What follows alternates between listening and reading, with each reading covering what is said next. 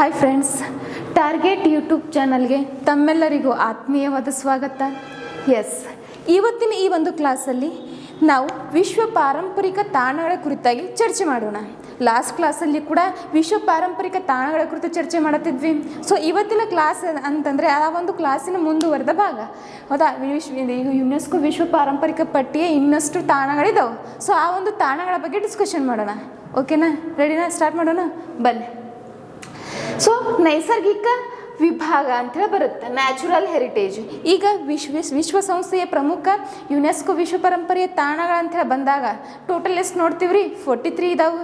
ಆ 43ಯಲ್ಲಿ 3 ಪಾರ್ಟನ್ನಾಗಿ ಮಾಡ್ತೀವಿ ನಾವು. ಅದರಲ್ಲಿ ಫಸ್ಟ್ ಒನ್ ಬಂದರೆ ಯಾವುದು?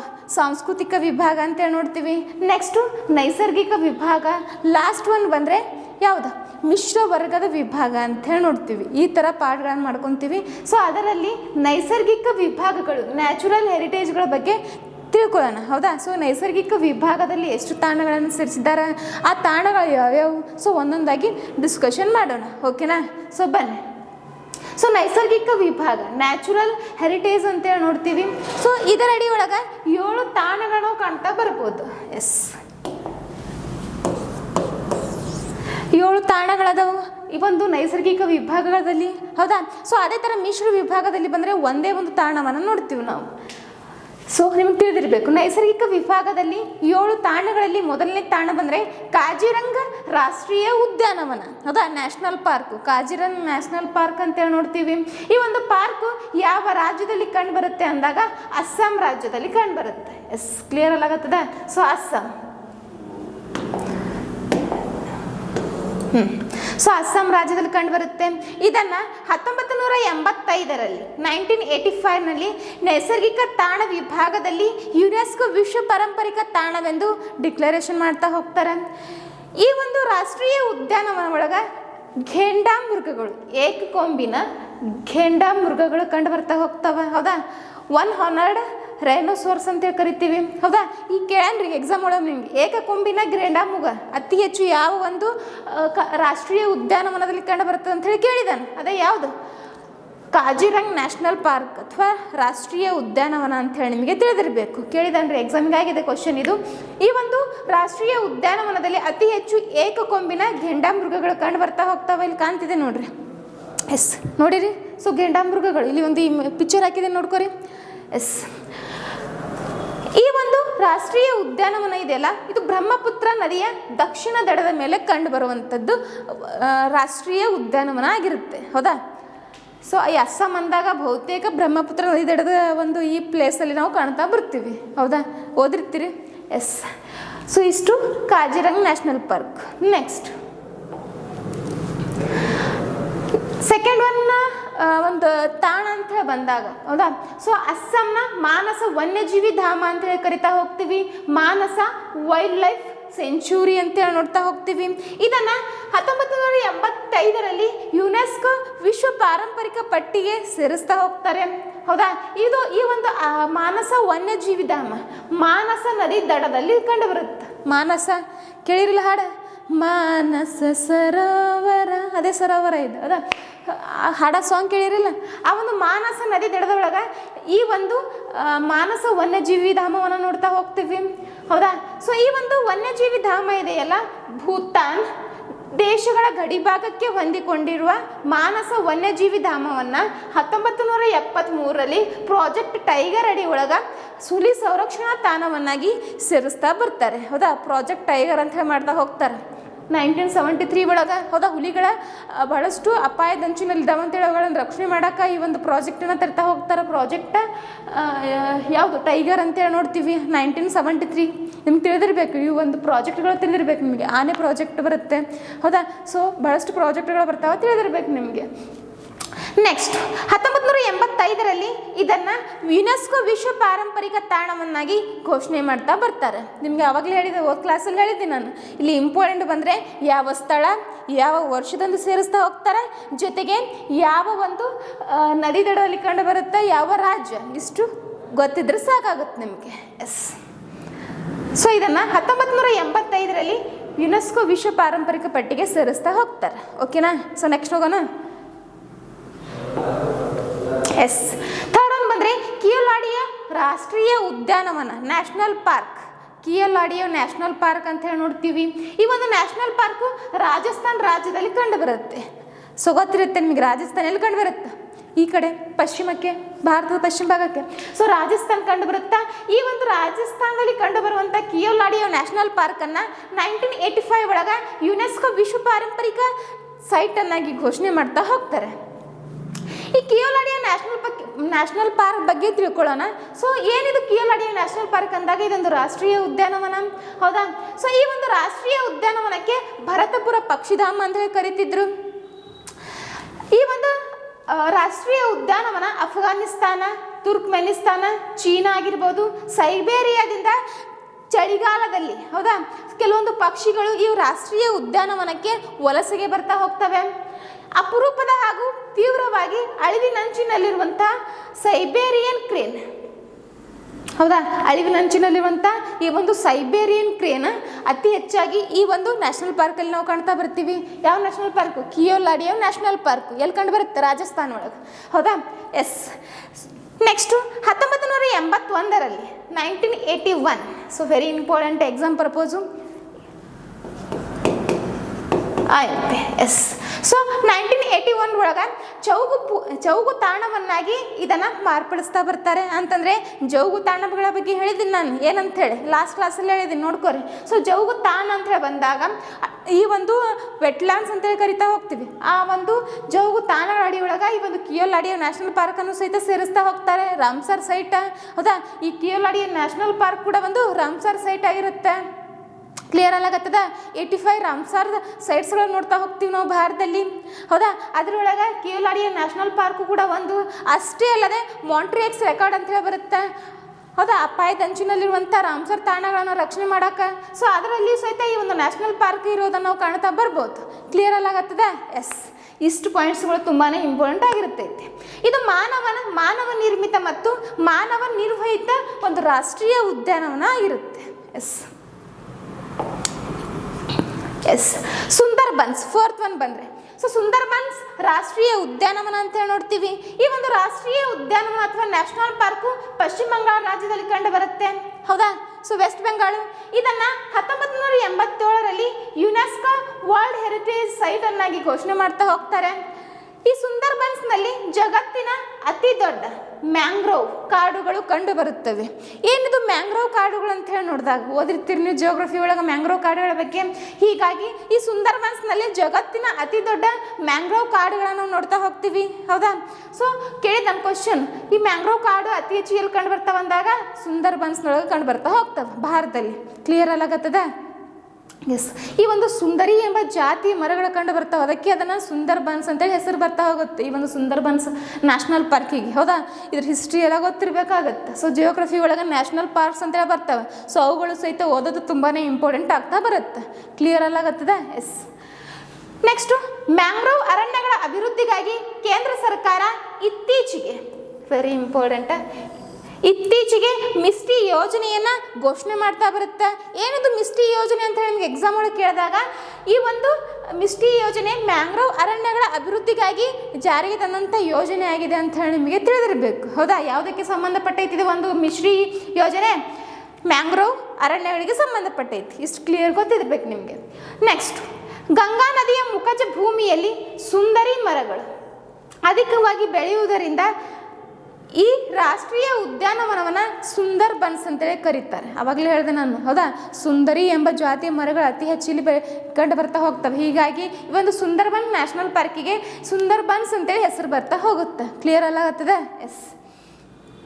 2019, ವೆರಿ ಇಂಪಾರ್ಟೆಂಟ್. ಸೊ 2019 ಜನವರಿ 30, ಹೌದಾ. 2019 ಜನವರಿ 30 ಅಂತೇಳಿ ನೋಡ್ತೀವಿ. ಈ ಡೇಟ್ ಅಂದು ರಾಮ್ಸರ್ ಪಟ್ಟಿಯಡಿಯಲ್ಲಿ ಇದು ಸ್ಥಾನವನ್ನು ಪಡೆದುಕೊಂಡಿದೆ. ಯಾವುದು? National park. ಇದು ಒಂದು ಸಹಿತ ರಾಮ್ಸರ್ ಸೈಟ್ ರೀ. ಇದು ಭಾರತದಲ್ಲಿ 85 ಸೈಟ್ಸ್ಗಳು ಕಂಡು ಬರ್ತಾವೆ. ಅದರಲ್ಲಿ ಒಂದು ಯಾವುದು? ಸುಂದರ್ಬನ್ಸ್ ಕೂಡ ಒಂದಾಗಿರುತ್ತೆ. ಯಾವ ವರ್ಷ? 2019 ಜನವರಿ 30ರಂದು ರಾಮ್ಸರ್ ಪಟ್ಟಿಯಡಿಯೊಳಗೆ ಇದನ್ನು ಸೇರಿಸ್ತಾ ಹೋಗ್ತಾರೆ. ನೆಕ್ಸ್ಟ್, 1971ರಲ್ಲಿ ಫೆಬ್ರವರಿ 2ರಂದು 1971 ಫೆಬ್ರವರಿ 2ರಂದು ಇರಾನ್ ದೇಶದ ರಾಮ್ಸರ್ನಲ್ಲಿ ಚೌಗು ಭೂಮಿ ದೇವಯುತ ಭೂಮಿಗಳ ಸಂರಕ್ಷಣೆಗೆ ಆದಂಥ ಒಂದು ಒಪ್ಪಂದ ಹೇಳಿದೆ ನಿಮಗೆ. ರಾಮ್ಸರ್ ಸೈಟ್ ಹೌದಾ, ರಾಮ್ಸರ್ ಅನ್ನೋ ಒಂದು ಪ್ಲೇಸು ಇರಾನ್ ಕಂಟ್ರಿ ಒಳಗೆ ಕಂಡು ಬರುತ್ತೆ. ಅದೊಂದು ಜೌಗು ಭೂಮಿ. ಈ ಒಂದು ಜೌಗು ಭೂಮಿಗಳ ರಕ್ಷಣೆ ಸಲುವಾಗಿ 1971 ಫೆಬ್ರವರಿ 2ರಂದು ಇಡೀ ಪ್ರಪಂಚದಲ್ಲಿ ಒಂದು ಒಪ್ಪಂದ ಆಗ್ತಾ ಬರುತ್ತೆ. ಯಾವ ಪ್ಲೇಸ್ ಒಳಗೆ? ಒಂದು ರಾಮ್ಸರ್ ಅನ್ನೋ ಪ್ಲೇಸ್ ಒಳಗೆ ಹೌದಾ. ಸೊ ಹೀಗಾಗಿ ಆ ಒಂದು ಹೆಸರಿನಿಂದಲೇ ರಾಮ್ಸರ್ ಸೈಟ್ಸ್ ಅಂಥೇಳಿ ರೆಡಿ ಮಾಡ್ತಾ ಹೋಗ್ತಾರೆ. ಅದರೊಳಗೆ ಚೌಗು ತಾಣಗಳ ಲಿಸ್ಟ್ ಮಾಡ್ತಾ ಹೋಗ್ತಾರೆ. ಆ ಚೌಗು ತಾಣಗಳಲ್ಲಿ ಸುಂದರ್ಬನ್ಸ್ ನ್ಯಾಷನಲ್ ಪಾರ್ಕ್ ಕೂಡ ಒಂದಾಗಿದೆ. Is it clear? Yes. Next 5th one ಬಂದಾಗ ನಂದಾದೇವಿ ಮತ್ತು valley of flower. Nanda Devi and valley of flower ಅಂತೇಳಿ ನೋಡ್ತೀವಿ. Nanda Devi and valley of flower ಈ ಒಂದು ಪಾರ್ಕ್ಸ್ ಅದಾ, ಈ ಒಂದು ಪಾರ್ಕ್ಗಳ್ರಿ ಎಲ್ಲಿ ಕಂಡು ಬರ್ತಾವಂದಾಗ ಉತ್ತರಾಖಂಡ ರಾಜ್ಯದ ಚಮೋಲಿ ಜಿಲ್ಲೆ ಹೌದಾ, ಚಮೋಲಿ ಗರ್ವಾಲ ಜಿಲ್ಲೆ ಅಂತ ಹೇಳಿ ನೋಡ್ತೀವಿ. ಈ ಒಂದು ನಂದಾದೇವಿ ಅನ್ನೋ ಒಂದು ಪಾರ್ಕ್ ಕಂಡು ಬರ್ತಾ ಹೋಗುತ್ತೆ. ಇದನ್ನು 1988ರಲ್ಲಿ ಯುನೆಸ್ಕೋ ವಿಶ್ವ ಪಾರಂಪರಿಕ ಪಟ್ಟಿಗೆ ಸೇರಿಸ್ತಾ ಹೋಗ್ತಾರೆ. 1988. ಎಸ್. ನಂದಾದೇವಿ ರಾಷ್ಟ್ರೀಯ ಉದ್ಯಾನವನವನ್ನು 1988ರಲ್ಲಿ ನೈಸರ್ಗಿಕ ವಿಭಾಗದಲ್ಲಿ ಯುನೆಸ್ಕೋ ಸೈಟನ್ನಾಗಿ ಘೋಷಣೆ ಮಾಡ್ತಾ ಹೋಗ್ತಾರೆ. ಇದನ್ನು ವಿಸ್ತರಿಸಿ 2005ರಲ್ಲಿ ನಂದಾದೇವಿ ಮತ್ತು ವ್ಯಾಲಿ ಆಫ್ ಫ್ಲವರ್ ಎಂದು ಮರುನಾಮಕರಣವನ್ನು ಮಾಡ್ತಾ ಹೋಗ್ತಾರೆ. ಕ್ಲಿಯರ್ ಅಲ್ಲ ಅಥವಾ? ಎಸ್. ಈ ಪ್ರದೇಶದಲ್ಲಿ ವ್ಯಾಲಿ ಆಫ್ ಫ್ಲವರ್ ಇದ್ದು ಹೌದಾ. ಸೊ ವ್ಯಾಲಿ ಆಫ್ ಫ್ಲವರ್ ಇದ್ದು ಈ ಒಂದು ವ್ಯಾಲಿ ಆಫ್ ಫ್ಲವರ್ನಲ್ಲಿ ಅತಿ ಹೆಚ್ಚು ಅಲ್ಫೈನ್ ಹೂಗಳಿಗೆ ಫೇಮಸ್ ಆಗಿರುತ್ತೆ. ಅಲ್ಫೈನ್ಸ್ ಹೂಗಳು ನೋಡಿರ್ತೀರಿ ನೀವು ಹೌದಾ. ಸೊ ಅಲ್ಫೈನ್ಸ್ ಹೂಗಳಿಗೆ ಈ ಒಂದು ವ್ಯಾಲಿ ಆಫ್ ಫ್ಲವರ್ ತುಂಬಾ ಫೇಮಸ್ ಆಗಿರುತ್ತೆ. ಇಲ್ಲಿ ಕಾಣ್ತಿದೆ ನೋಡ್ರಿ, ಎಷ್ಟು ಚಂದ ಐತ್ರಿ ನೋಡಕ್ಕೆ ಹೌದಾ. ಪಿಕ್ಚರ್ ನೋಡ್ರಿ ಒಂದ್ಸರ್ತಿ. ವ್ಯಾಲಿ ಆಫ್ ಫ್ಲವರ್ ಎಲ್ಲವೂ ಸಹಿತ ಹೂಗಳೇ ಕಂಡು ಬರ್ತಾವ್ರಿ. ಹೂಗಳಿಂದ ತುಂಬಿರುವಂಥ ಒಂದು ಪಾರ್ಕ್ ಆಗಿರುತ್ತೆ ಹೌದಾ. ಸೊ ಆ ಕಡೆ ಎಲ್ಲ ಹೋಗ್ಬೇಕ್ರಿ. ಎಲ್ಲ ಆ ಕಡೆ ಎಲ್ಲ ಎಲ್ಲಂದಾಗ ಈಗ ಹಿಮಾಚಲ್ ಪ್ರದೇಶ ಈ ಕಡೆ ಉತ್ತರ ಭಾರತ ಕಡೆ ಮೇಲೆ ಹೌದಾ. ಸೊ ಹಿಮಾಚಲ್ ಪ್ರದೇಶ, ಲಡಾಖ್ ಅಲ್ಲಿ ವೆದರೇ ಅಥವಾ ಅಲ್ಲೊಂದು ನಿಸರ್ಗನೇ ಎಷ್ಟು ಚೆನ್ನಾಗಿರುತ್ತೆ ಆ ಕಡೆ ಎಲ್ಲ ನೋಡಿರಿ. ಸೊ ಭಾಳಷ್ಟು ಕಲರ್ಫುಲ್ಲಾಗಿ ತುಂಬಿರುವಂಥ ಹೂಗಳಿಂದ ಕೂಡಿರುತ್ತೆ. ಯಾವುದು? ಈ ನಂದಾದೇವಿ ನ್ಯಾಷನಲ್ ಪಾರ್ಕ್ ಮತ್ತು ವ್ಯಾಲಿ ಆಫ್ ಫ್ಲವರ್ ಅಲ್ಲಿ ಅಕ್ಕಪಕ್ಕನೇ ಇದೆ ರೀ ಹೌದಾ. ಎಸ್. ಲೈಫ್ ಒಳಗೆ ಒಮ್ಮೆ ಆ ಕಡೆ ಹೋದ್ರೆ ನೋಡ್ಕೊಂಡು ಬರ್ರಿ, ಹೋಗ್ಬೇಕ್ರಿ ಹೌದಾ. ಬಿಜಾಪುರದಲ್ಲಿ ಇರೋದಲ್ಲ, ಧಾರವಾಡದಲ್ಲಿ ಇರೋದಲ್ಲ, ಆ ಕಡೆ ಎಲ್ಲ ಹೋಗ್ಬರ್ಬೇಕು. ಜಾಬ್ ಆಗನ್ ಹೋಗ್ಬರ್ರಿ. ಎಸ್.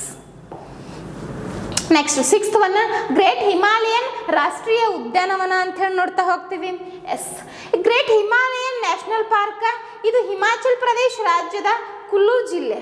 ಈ ಒಂದು ಕುಲು ಜಿಲ್ಲೆಯೊಳಗೆ ಈ ಒಂದು ಗ್ರೇಟ್ ಹಿಮಾಲಯ ನ್ಯಾಷನಲ್ ಪಾರ್ಕ್ ಕಂಡು ಬರ್ತಾ ಹೋಗುತ್ತೆ. ಇದನ್ನು 2014ರಲ್ಲಿ ಯುನೆಸ್ಕೋ ವಿಶ್ವ ಪಾರಂಪರಿಕ ತಾಣವೆಂದು ಘೋಷಣೆ ಮಾಡ್ತಾರೆ. 2014.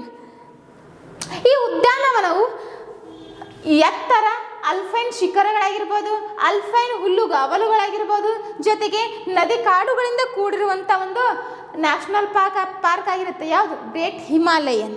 ಎಸ್. ಸೊ ಈ ರಾಷ್ಟ್ರೀಯ ಉದ್ಯಾನವನವು ಅಪರೂಪದ ನೈಸರ್ಗಿಕ ಸಸ್ಯ ಸಂಕುಲ ಮತ್ತು ಜೀವ ಪ್ರಭೇದಗಳನ್ನು ಒಳಗೊಂಡಿರುತ್ತೆ. ಇಲ್ಲಿ ಕಾಣ್ತಿದ್ದಾನ ನಿಮಗೆ ಹೌದಾ. ಇದೆ ಹಿಮಾಲಯನ್ ಯಾವುದು? Great Himalayan national park. Yes. ಹಿಮಕರಡಿಗಳು ಕಾಣ್ತಿದ್ದಾವೆ ನಿಮಗೆ ಹೌದಾ. ಸೊ ಚಿರತೆಗಳು ಕಾಣ್ತಿದ್ದಾವೆ, ಹಿಮಚಿರತೆಗಳು. ಸೊ ಅನೇಕ ನದಿಗಳಿಂದ ಕೂಡಿರುತ್ತೆ, ಜಲಪಾತಗಳಿರ್ತಾವೆ, ಚೆನ್ನಾಗಿರುತ್ತೆ, ನೋಡ್ಕೊಂಡು ಬರ್ರಿ ಒಂದು ಸ್ವಲ್ಪ. ಎಸ್. ನೆಕ್ಸ್ಟ್ ಹೋಗೋಣ. 7th ಒನ್ ಬಂದರೆ ವೆಸ್ಟರ್ನ್ ಘಾಟ್, ಪಶ್ಚಿಮ ಘಟ್ಟಗಳು. ಲಾಸ್ಟ್ ಕ್ಲಾಸಲ್ಲಿ ಇದ್ರ ಬಗ್ಗೆ ನಾವು ನೋಡಿದ್ದೀವಿ, ಆದರೂ ಇದರಲ್ಲಿ ನೋಡೋಣಂತೆ. ವೆಸ್ಟರ್ನ್ ಘಾಟ್ಸ್ ಅಂತೇಳಿ ನೋಡ್ತೀವಿ. ಜೈವಿಕ ವೈವಿಧ್ಯತೆಯ ವಿಶ್ವ 8 ಹಾಟ್ಸ್ಪಾಟ್ಗಳಲ್ಲಿ ಯಾವುದು? ಈ ಪಶ್ಚಿಮ ಘಟ್ಟಗಳು ಕೂಡ ಒಂದಾಗಿರುತ್ತೆ ಹೌದಾ. ಸೊ ಹಾಟ್ಸ್ಪಾಟ್ಸ್ ಅಂತೇಳಿ ಬರ್ತಾವೆ. ಅದ್ರ ಜಗತ್ತಿನೊಳಗೆ 8 ಕಂಡು ಬರ್ತಾವೆ, 8 ಹಾಟ್ಸ್ಪಾಟ್ಸ್ಗಳು. ಅದರಲ್ಲಿ ನಮ್ಮ ಪಶ್ಚಿಮ ಘಟ್ಟವು ಸಹಿತ ಒಂದಾಗಿರುತ್ತೆ. ಈ ಪಶ್ಚಿಮ ಘಟ್ಟ ಅಂತ ಬಂದಾಗ 1600 ಕಿಲೋಮೀಟರ್ ಉದ್ದ ಇರುತ್ತೆ. ನೆಕ್ಸ್ಟು 100 ಕಿಲೋಮೀಟರ್ ಅಗಲವನ್ನು ಒಳಗೊಂಡಿರುತ್ತೆ. ಯಾವುದು? ಈ ಒಂದು ಪಶ್ಚಿಮ ಘಟ್ಟ, ವೆಸ್ಟರ್ನ್ ಘಾಟ್ ಹೌದಾ. ನಮ್ಮ ಕರ್ನಾಟಕವು ಸಹಿತ ಈ ಪಶ್ಚಿಮ ಘಟ್ಟದ ಒಂದು ಭಾಗ ರೀ ಹೌದಾ. ಅದು ಕ್ಲಿಯರ್ ಆಗಿರ್ಬೇಕು ನಿಮಗೆ. ಪಶ್ಚಿಮ ಘಟ್ಟ ಅಂತೇಳಿ ನೋಡಿದಾಗ ಜಿಯೋಗ್ರಫಿ ಒಳಗೆ ಡೀಟೇಲ್ ಆಗಿ ಇದ್ರ ಬಗ್ಗೆ ನೀವು ಸ್ಟಡಿ ಮಾಡಬೇಕು. ಇದ್ರ ಮೇಲೆ ಬಹಳಷ್ಟು ಕ್ವಶನ್ಸ್ಗಳನ್ನು ಕೇಳ್ತಾ ಬರ್ತಾನೆ ನಿಮಗೆ. ಜಿಯೋಗ್ರಫಿ ಆಗಿರ್ಬೋದು, ಎನ್ವೈರ್ಮೆಂಟ್ ಆಗಿರ್ಬೋದು ಹೌದಾ. ಸೊ GK ಆಗಿರ್ಬೋದು. ಸೊ ಎಲ್ಲ ಒಂದು ಸಬ್ಜೆಕ್ಟ್ ಓದ್ರಿ ಅಂತಂದ್ರೆ ಎಲ್ಲ ನಿಮ್ಗೆ ಆ ಒಂದು ಸಬ್ಜೆಕ್ಟ್ ಎಲ್ಲ ಸಬ್ಜೆಕ್ಟ್ ಅಂದರೆ ಎಕ್ಸಾಮಲ್ಲಿ ಆ ಒಂದು ಸಬ್ಜೆಕ್ಟ್ ನಿಮಗೆ ಯೂಸ್ ಆಗಿರ್ಬೇಕು ರೀ ಹೌದಾ. ಇರಲಿ. ನೆಕ್ಸ್ಟು ಈ ಒಂದು ಪಶ್ಚಿಮ ಘಟ್ಟ ಅಂತೇಳಿ ಬಂದಾಗ, ಹೌದಾ, ಸೊ ಮಹಾರಾಷ್ಟ್ರ ರಾಜ್ಯ ನೋಡಿರಿ. ಎಸ್, ಬನ್ನಿ ನೋಡೋಣ ಪಶ್ಚಿಮ ಘಟ್ಟ ಇಲ್ಲಿ. ಎಸ್, ಈ ಒಂದು ಪಶ್ಚಿಮ ಘಟ್ಟಗಳು ಯಾವ್ಯಾವ ರಾಜ್ಯಗಳನ್ನು ಒಳಗೊಂಡಿದ್ದಾವೆ ಅಂತ ಹೇಳಿ ನೋಡೋಣ. ಸೊ ಮಹಾರಾಷ್ಟ್ರ, ಗೋವಾ, ಕರ್ನಾಟಕ, ಕೇರಳ, ತಮಿಳುನಾಡು ರಾಜ್ಯಗಳಲ್ಲಿ, ಅಂದರೆ ಗುಜರಾತ್ನ ಕೆಲವು ಭಾಗಗಳಲ್ಲಿ, ಸಂಪೂರ್ಣವಾಗಿಲ್ರಿ, ಗುಜರಾತ್ನ ಕೆಲವು ಭಾಗ ಆಗಿರ್ಬೋದು. ಕೆಳಗಡೆ ಗೋವಾ ಬರ್ರಿ, ಸಾರಿ, ಎಸ್,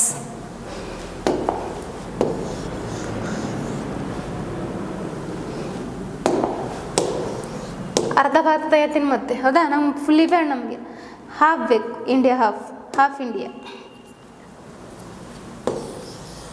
ಎಸ್, ಹೌದಾ. ಸೊ ಇದರಲ್ಲಿ ಇಲ್ಲಿ ಗುಜರಾತ್ ಕಂಡು ಬರುತ್ತೆ, ಕೆಲವು ಭಾಗ ಗುಜರಾತಿನ ಕೆಲವು ಭಾಗ ಪಶ್ಚಿಮ ಘಟ್ಟಗಳನ್ನು ಒಳಗೊಂಡೈತಿ. ನೆಕ್ಸ್ಟು ಈ ಕಡೆ ಗೋವಾ ಅಂಥೇಳಿ ನೋಡ್ತೀವಿ, ಹೌದಾ.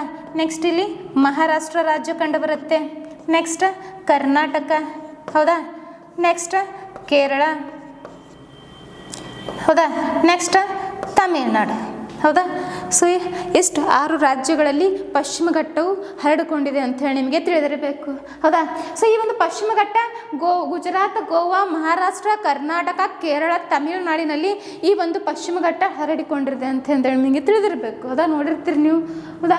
ಸೊ ನೆಕ್ಸ್ಟ್ ಕರ್ನಾಟಕ ಮತ್ತು ಮಹಾರಾಷ್ಟ್ರ ರಾಜ್ಯಗಳಲ್ಲಿ ಈ ಒಂದು ಪಶ್ಚಿಮ ಘಟ್ಟಗಳನ್ನು ಏನೆಂದು ಕರೀತಾರೆ ಅಂದಾಗ ಸಹ್ಯಾದ್ರಿ ಅಂತ ಕರೀತಾರೆ.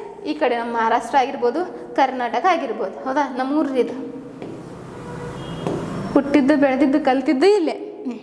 ಸೊ ಮಹಾರಾಷ್ಟ್ರ, ಆನಂತರ ನಮ್ಮ ಕರ್ನಾಟಕ ಒಳಗೆ ಸಹ್ಯಾದ್ರಿ ಬೆಟ್ಟಗಳಂತೇಳಿ ಕರಿತಾ ಹೋಗ್ತಾರೆ. ಅದೇ ಥರ ಕೇರಳ ಅಂತ ಬಂದಾಗ ಸಾಹ್ಯಂ ಅಂತೇಳಿ ಕರೀತಾರೆ, ಹೌದಾ. ನೆಕ್ಸ್ಟ್ ತಮಿಳುನಾಡಿನಲ್ಲಿ ಈ ಒಂದು ಪಶ್ಚಿಮ ಘಟ್ಟದ ಭಾಗವನ್ನು ಏನಂತ ಕರೀತಾರೆ ಅಂದಾಗ ನೀಲಗಿರಿ ಪರ್ವತ ಅಂತಲೇ ಕರಿತಾ ಹೋಗ್ತಾರೆ, ಹೌದಾ. ಇವುಗಳು ಕ್ವಶನ್ ಆಗಿದ್ದಾವ್ರಿ, ಹೌದಾ.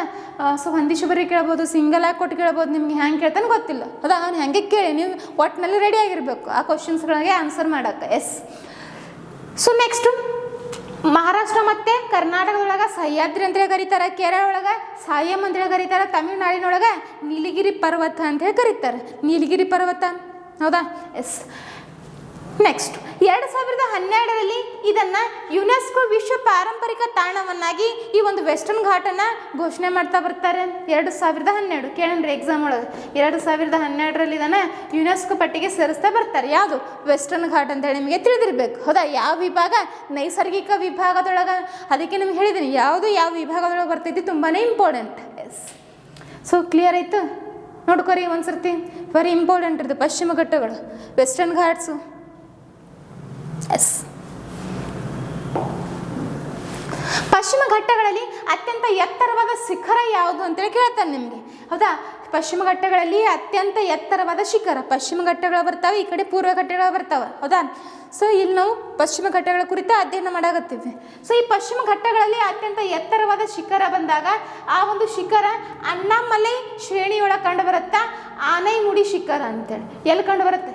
ಕೇರಳ ರಾಜ್ಯದೊಳಗೆ ಕಂಡು ಬರುತ್ತೆ. ಕೇರಳ ರಾಜ್ಯದಲ್ಲಿನ ಅಣ್ಣಾಮಲೈ ಶ್ರೇಣಿಯ ಒಳಗ ಒಂದು ಯಾವುದು ಆನೈಮುಡಿ ಎಂಬ ಶಿಖರ ಕಂಡು ಬರುತ್ತೆ. ಇದು ಪಶ್ಚಿಮ ಘಟ್ಟಗಳಲ್ಲಿ ಅತ್ಯಂತ ಎತ್ತರವಾದ ಶಿಖರ ಅಂತ ಹೇಳಿ ನೋಡ್ತೀವಿ. ಈ ಒಂದು ಶಿಖರ 2695 ಮೀಟರ್ ಎತ್ತರವನ್ನು ಒಳಗೊಂಡಿದೆ. ಎಸ್, ಪೂರ್ವ ಘಟ್ಟಗಳು ಮತ್ತು ಪಶ್ಚಿಮ ಘಟ್ಟಗಳು ಸಂಧಿಸುವ ಬೆಟ್ಟ ಯಾವುದು? ಸಂಧಿಸುವ ಬೆಟ್ಟ, ಹೌದಾ. ಯಾವ ಬೆಟ್ಟದೊಳಗೆ ಸಂಧಿಸ್ತಾವ್ರಿ? ಪೂರ್ವ ಘಟ್ಟ, ಪಶ್ಚಿಮ ಘಟ್ಟ. ಕ್ವಶನ್ ಆಗಿದೆ ಇದು, ಹೌದಾ. ಸೊ ಯಾವ ಬೆಟ್ಟ ಅಂದಾಗ ಯಾವ ಬೆಟ್ಟ? ನೀಲಗಿರಿ ಬೆಟ್ಟ, ವೆರಿ ಇಂಪಾರ್ಟೆಂಟ್. ಕೇಳನ್ರಿ ಎಕ್ಸಾಮಿಗೆ, ಹೌದಾ. ಸೊ ಪೂರ್ವಘಟ್ಟ ಪಶ್ಚಿಮ ಘಟ್ಟಗಳನ್ನು ಸಂಧಿಸುವ ಬೆಟ್ಟ ಬಂದಾಗ ನೀಲಗಿರಿ ಬೆಟ್ಟ ಅಂತ ಹೇಳಿ ನೋಡ್ತೀವಿ. ನೀಲಗಿರಿ ಬೆಟ್ಟದೊಳಗೆ ಅತಿ ಎತ್ತರ ಬೆಟ್ಟ, ಹೌದಾ. ನೀಲಗಿರಿ ಬೆಟ್ಟದ ಅತಿ ಎತ್ತರ ಬೆಟ್ಟ ಬಂದಾಗ ಯಾವುದು? ದೊಡ್ಡ ಬೆಟ್ಟ ಅಂತ ಹೇಳಿ ಅದು ಕ್ವಶನ್ ಆಗಿದೆ. ನೆಕ್ಸ್ಟು ಈ ಒಂದು ನೀಲಗಿರಿ ಬೆಟ್ಟ ತಮಿಳುನಾಡು ರಾಜ್ಯದಲ್ಲಿ ಕಂಡುಬರುತ್ತೆ. ನೀಲಕುರಂಜಿ ಎಂಬ ಹೂಗಳಿಗೆ ಈ ಒಂದು ನೀಲಗಿರಿ ಬೆಟ್ಟ ಅತಿ ಹೆಚ್ಚು ಪ್ರಸಿದ್ಧಿ ಹೊಂದೈತಿ. So clear ಅಲ್ಲಾಗತ್ತದ. ನೀಲಕುರಂಜಿ ಎಂದು ಹೂಗಳ ಅಲ್ಲಿ ಭಾಳಷ್ಟು ಫೇಮಸ್ ರೀ. ಎಲ್ಲಿ? ಈ ನೀಲಗಿರಿ ಬೆಟ್ಟಗಳಲ್ಲಿ. ಹೋಗಿ ನೋಡ್ಕೊಂಡು ಬರ್ರಿ ಒಂದು ಸರ್ತಿ ನೀಲಗಿರಿ ಬೆಟ್ಟ ಒಳಗೆ. ಎಸ್, ನೀಲಗಿರಿ ಬೆಟ್ಟಗಳಲ್ಲಿ ಅತಿ ಎತ್ತರವಾದ ಶಿಖರ, ಹೌದಾ. ಯಾವ ಶಿಖರ? ದೊಡ್ಡ ಬೆಟ್ಟ. ಇವಾಗಲೇ ಹೇಳಿದೆ ದೊಡ್ಡ ಬೆಟ್ಟ. ಇದು 2637 ಮೀಟರ್, ಹೌದಾ, ಎತ್ತರವನ್ನು ಒಳಗೊಂಡೈತೆ. ನೆಕ್ಸ್ಟ್, ಪಶ್ಚಿಮ ಘಟ್ಟಗಳು ರಕ್ಷಣೆಗಾಗಿ ಕೆಲವೊಂದು ವರದಿಗಳ ಅಥವಾ ಕೆಲವೊಂದು ಸಮಿತಿಗಳು ಬರ್ತಾ ಹೋಗ್ತಾವ. ಆ ಸಮಿತಿಗಳು ವರದಿಯನ್ನು ಸಲ್ಲಿಸ್ತಾ ಬರ್ತಾವ, ಹೌದಾ. ಆ ಸಮಿತಿಗಳು ನೋಡೋಣ ಯಾವ್ಯಾವ ಅಂಥೇಳಿ. ಸೊ ಫಸ್ಟ್ ಒನ್ ಬಂದರೆ ಮಾಧವ್ ಘಾಡ್ಗಿಲ್ ಸಮಿತಿ, ಹೌದಾ. ಸೊ 3 ಸಮಿತಿಗಳು ಬರ್ತಾವ. ಫಸ್ಟ್ ಒನ್ ಮಾಧವ್ ಘಾಡ್ಗಿಲ್ ಸಮಿತಿ, next doctor K Kasturi Rangan ಸಮಿತಿ ಅಂತೇಳಿ ಬರ್ತಾ ಹೋಗುತ್ತೆ. ನೆಕ್ಸ್ಟ್ ಸಂಜಯ್ ಕುಮಾರ್ ಸಮಿತಿ ಅಂತೇಳಿ ಬರುತ್ತೆ. ನಿಮಗೆ ಕೇಳಬಹುದು, ಈ ಕೆಳಗಿನ ಯಾವುದು ಪಶ್ಚಿಮ ಘಟ್ಟಗಳಿಗೆ ಸಂಬಂಧಿಸಿದ ಸಮಿತಿ ಆಗಿಲ್ಲ ಅಂಥೇಳಿ, ಹೌದಾ. ಅವು 3 ಸಹಿತ ನಿಮಗೆ ತಿಳಿದಿರಬೇಕು. ಇಷ್ಟು ಪಶ್ಚಿಮ ಘಟ್ಟ ನೋಡ್ಕೊರಿ ಒಂದ್ಸರ್ತಿ. ನೆಕ್ಸ್ಟ್ ಹೋಗೋಣ ಬನ್ನಿ. ಪಶ್ಚಿಮ ಘಟ್ಟ ಇಲ್ಲಿ ಕಾಣ್ತಿದ್ದೀನ ಪಶ್ಚಿಮ ಘಟ್ಟ, ಹೌದಾ. ಸೊ ಇಲ್ಲಿ ಯಾವ್ಯಾವ ರಾಜ್ಯಗಳನ್ನು ಒಳಗೊಂಡಿದ್ದಾವೆ ಪಶ್ಚಿಮ ಘಟ್ಟ ಅಂಥೇಳಿ ನಿಮಗೆ ಇಲ್ಲಿ ತೋರ್ಸೋಕೆ ಒಂದು ಮ್ಯಾಪನ್ನು ಹಾಕೊಂಡಿದ್ದಾನೆ, ಹೌದಾ. ಗುಜರಾತ್ನ ಕೆಲವು ಭಾಗ. ನೆಕ್ಸ್ಟು ಈ ಕಡೆ ಮಹಾರಾಷ್ಟ್ರ ಗೋವಾ ಕಂಡು ಬರುತ್ತೆ. ಗೋವಾ ಆದ ನಂತರ ಮಹಾರಾಷ್ಟ್ರ, ಹೌದಾ. ಸೊ ನೆಕ್ಸ್ಟು ನಮ್ಮ ಕರ್ನಾಟಕ ಕಂಡು ಬರುತ್ತೆ. ನೆಕ್ಸ್ಟ್ ಕೇರಳ, ಹೌದಾ. Last one Tamil Nadu. ಈ ಕಡೆ ಎಲ್ಲ ಪೂರ್ವ ಘಟ್ಟಗಳು ಕಂಡು ಬರ್ತವೆ, ಹೌದಾ. ಪೂರ್ವ ಘಟ್ಟಗಳು, ಪಶ್ಚಿಮ ಘಟ್ಟಗಳು. ಸೊ ಪೂರ್ವ ಘಟ್ಟಗಳ ಬಗ್ಗೆ ನೀವು ಜಿಯೋಗ್ರಫಿ ಒಳಗೆ ಓದ್ತಾ ಹೋಗ್ತೀರಿ, ಇಂಡಿಯನ್ ಜಿಯೋಗ್ರಫಿ, ಹೌದಾ. ಕರ್ನಾಟಕ ಜಿಯೋಗ್ರಫಿಯಲ್ಲಿ ಓದ್ತೀರಿ, ಇಂಡಿಯನ್ ಜಿಯೋಗ್ರಫಿಯಲ್ಲಿ ಒಳಗೆ ಈ ವೆಸ್ಟರ್ನ್ ಘಾಟ್ಸ್ಗಳ ಕುರಿತಾಗಿ ನೀವು ಓದ್ತಾ ಹೋಗ್ತೀರಿ. ಎಸ್, ಇಲ್ಲಿ ಕಾಣ್ತಿದ್ದೇನ, ಇದೆ ನೋಡ್ರಿ ವೆಸ್ಟರ್ನ್ ಘಾಟ್ಸ್. ಎಷ್ಟು ಚೆಂದಿದೆ ನೋಡ್ರಿ. ಜಲಪಾತಗಳು ಕಂಡು ಬರ್ತಾವೆ, ನದಿಗಳು ಕಂಡು ಬರ್ತಾವೆ, ನೀರುಗಳು ಕಂಡು ಬರ್ತಾವೆ, ಹೌದಾ. ಬೆಟ್ಟ ಪ್ರಾಣಿ ಪಕ್ಷಿಗಳು ಕಂಡು ಬರ್ತಾವೆ, ಬೆಟ್ಟ ಗಿಡಗಳು ಕಂಡು ಬರ್ತಾ ಹೋಗ್ತಾವೆ. ಸೊ ಎಷ್ಟು ಚೆನ್ನಾಗಿದೆ ವೆಸ್ಟರ್ನ್ ಘಾಟ್ಸು, ಹೌದಾ. 6 ರಾಜ್ಯಗಳಲ್ಲಿ ಒಂದು ವೆಸ್ಟರ್ನ್ ಘಾಟ್ಸು ಹರಡಿಕೊಂಡಿದೆ ಅಂಥೇಳಿ ನಿಮಗೆ ತಿಳಿದಿರಬೇಕು. ಎಸ್ ಎಸ್ ಈಗ ನಾವು ಈಗ 3ನೇದಾಗಿ ಬಂದರೆ ಇಲ್ಲಿ ವಿಭಾಗಗಳನ್ನಾಗಿ ಮಾಡ್ಕೊಂಡಿವಿ ವಿಶ್ವ ಪಾರಂಪರಿಕ ತಾಣ ಒಳಗೆ. ಅದರೊಳಗೆ 3ನೇ ವಿಭಾಗ ಬಂದರೆ ಮಿಶ್ರ ವರ್ಗದ ವಿಭಾಗ, ಮಿಕ್ಸ್ಡ್ ಹೆರಿಟೇಜ್ ಅಂತ ಬರುತ್ತೆ.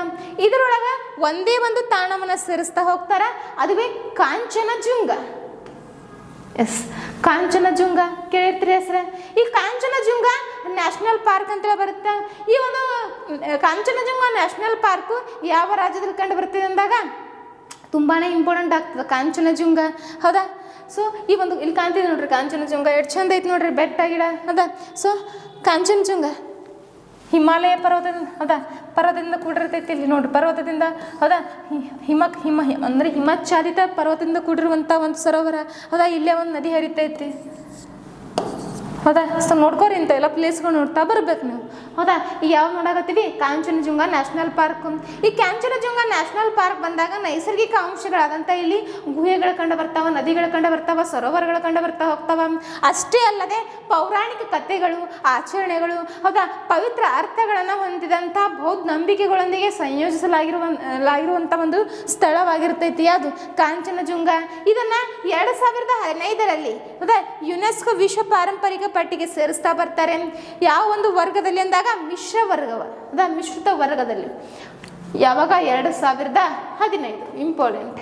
ನೆಕ್ಸ್ಟು ಈ ಒಂದು ರಾಷ್ಟ್ರೀಯ ಉದ್ಯಾನವನ ಮತ್ತು ಜೈವಿಕ ಸಂರಕ್ಷಣಾ ಸ್ಥಳಗಳನ್ನು ಈ ಒಂದು ರಾಷ್ಟ್ರೀಯ ಉದ್ಯಾನವನನ ಒಳಗೊಂಡಿದೆ. ಇಷ್ಟು ಇಂಪಾರ್ಟೆಂಟ್, ಹೌದಾ. ಸೊ ಟೋಟಲ್ ಎಷ್ಟಿದಾವ್ರಿ ವಿಶ್ವ ಪಾರಂಪರಿಕ ತಾಣಗಳಂತ ಬಂದಾಗ, ಹೌದಾ, 43. ಹ್ಯಾಂಗ್ರಿ ಇದನ್ನು ಕೌಂಟ್ ಮಾಡೋದು ಅಂದಾಗ ಸಾಂಸ್ಕೃತಿಕ ವಿಭಾಗದೊಳಗೆ ಎಷ್ಟು ಸ್ಥಾನಗಳು ಕಂಡು ಬರ್ತಾವೆ, 35. ಎಸ್, 35 ಪ್ಲಸ್ಸು ಈ ಒಂದು ನೈಸರ್ಗಿಕ ವಿಭಾಗಗಳು ಎಷ್ಟು ಅದಾವೆ, 7 ಅದಾವೆ. ಪ್ಲಸ್ ಮಾಡಿರಿ 35 ಪ್ಲಸ್ 7, ಹೌದಾ. ಮತ್ತು +1 ಮಾಡ್ಕೊರಿ, ಎಷ್ಟು ಆಗ್ತದೆ, 43. ಪ್ರಸ್ತುತ ಎಷ್ಟು ವಿಶ್ವ ಪಾರಂಪರಿಕ ತಾಣಗಳಿದಾವೆ ಅಂಥೇಳಿ ನಿಮಗೆ ಕ್ವಶನ್ ಆಗುತ್ತೆ. ಎಷ್ಟಿದಾವೆ, 43 ಅದಾವೆ, ಹೌದಾ, 43. ಇತ್ತೀಚೆಗೆ ಅಸ್ಸಾಂನ ಮೊಯ್ಡಮನ್ನು ಸೇರಿಸ್ತಾ ಹೋಗ್ತಾರೆ, ನಮ್ಮ ಕರ್ನಾಟಕದ ಹೊಯ್ಸಳರ ದೇವಾಲಯಗಳನ್ನು ಸೇರಿಸ್ತಾ ಹೋಗ್ತಾರೆ. ಸೊ ಇವೆಲ್ಲವೂ ಸಹಿತ ಕರೆಂಟ್ ಅಫೇರ್ಸ್ಗೆ ರಿಲೇಟೆಡ್ ಆಗಿರುವಂಥ ತಾಣಗಳ ಕುರಿತು ನಾವು ನೆಕ್ಸ್ಟ್ ಕ್ಲಾಸಲ್ಲಿ ಚರ್ಚೆ ಮಾಡೋಣ. ಇಷ್ಟು ಇಂಪಾರ್ಟೆಂಟ್. ಇನ್ನು ನೆಕ್ಸ್ಟ್ ಕ್ಲಾಸ್ ಮಾಡ್ತೀನಲ್ಲ, ಈ ಯುನೆಸ್ಕೋ ವಿಶ್ವ ಪಾರಂಪರಿಕ ತಾಣಗಳ ಕುರಿತಾಗಿ ಅಲ್ಲಿ ಎಕ್ಸಾಮ್ ಪಾಯಿಂಟ್ ಆಫ್ ವ್ಯೂ ತುಂಬಾ ಇಂಪಾರ್ಟೆಂಟ್ ಆದಂಥ ಕ್ವಶನ್ಸ್ಗಳು ಬರ್ತಾ ಹೋಗ್ತಾವೆ, ಹೌದಾ. ಸೊ ಇತ್ತೀಚೆಗೆ ಸೇರಿಸಿದ ತಾಣಗಳು ಯಾವುದು, ಅತಿ ಹೆಚ್ಚು ವಿಶ್ವ ಪಾರಂಪರಿಕ ತಾಣವನ್ನು ಒಳಗೊಂಡಿರುವಂಥ ರಾಜ್ಯ ಯಾವುದು, ಸೊ ಅದನ್ನೆಲ್ಲ ನೆಕ್ಸ್ಟ್ ಕ್ಲಾಸಲ್ಲಿ ಡಿಸ್ಕಷನ್ ಮಾಡೋಣ.